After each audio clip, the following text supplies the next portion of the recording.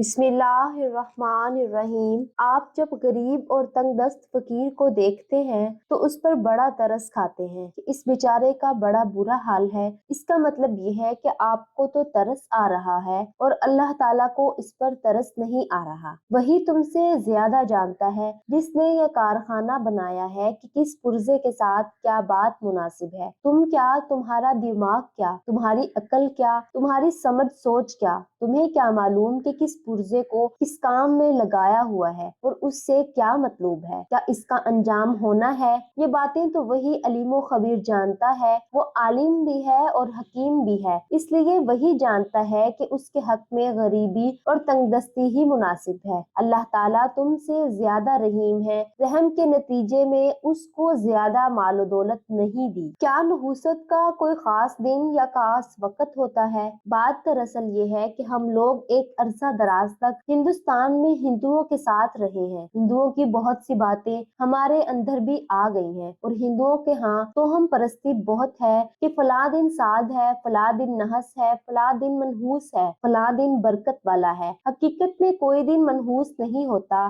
سال کے 365 دن سب اللہ تعالیٰ کے پیدا ہوئے ہیں۔ کسی دن کے اندر بھی ذات میں کوئی نحوست نہیں، کوئی بے برکتی نہیں۔ بعض دنوں کو اللہ تعالیٰ نے اپنی طرف نسبت دے کر اس کی فضیلت بڑھا دی ہے، لہٰذا فضیلت والے دن تو بہت ہیں، مہینے بھی ہیں، دن بھی ہیں، ہفتے بھی ہیں جن کی اللہ تعالیٰ نے فضیلت بیان فرمائی ہے، لیکن کسی دن کے بارے میں اللہ تعالیٰ نے یہ نہیں فرمایا کہ یہ دن منحوس ہے یا اس دن میں بے برکتی ہے۔ ہاں، بے برکتی اور نحوست جو پیدا ہوتی ہے وہ ہمارے اعمال کی وجہ سے ہوتی ہے۔ جس دن ہمیں اللہ تعالیٰ کی طرف رجوع کرنے کی توفیق ہو گئی، جس دن اللہ تعالیٰ کی بارگاہ میں حاضری کی توفیق ہو گئی، وہ دن ہمارے لیے مبارک دن ہے۔ اور خدا نہ کرے جس دن ہم کسی معصیت میں مبتلا ہو گئے، کسی نافرمانی کا ارتکاب ہم نے کر لیا، وہ دن ہمارے لیے منحوس ہے۔ وہ دن اپنی ذات میں منحوس نہیں تھا، لیکن ہم نے اپنے عمل سے اس کے اندر نحوست پیدا کر لی، لہٰذا اللہ تعالیٰ کے تخلیق کیے ہوئے ایام میں کوئی دن منحوس نہیں۔ منحوس تو اللہ تعالیٰ کی نافرمانی ہے،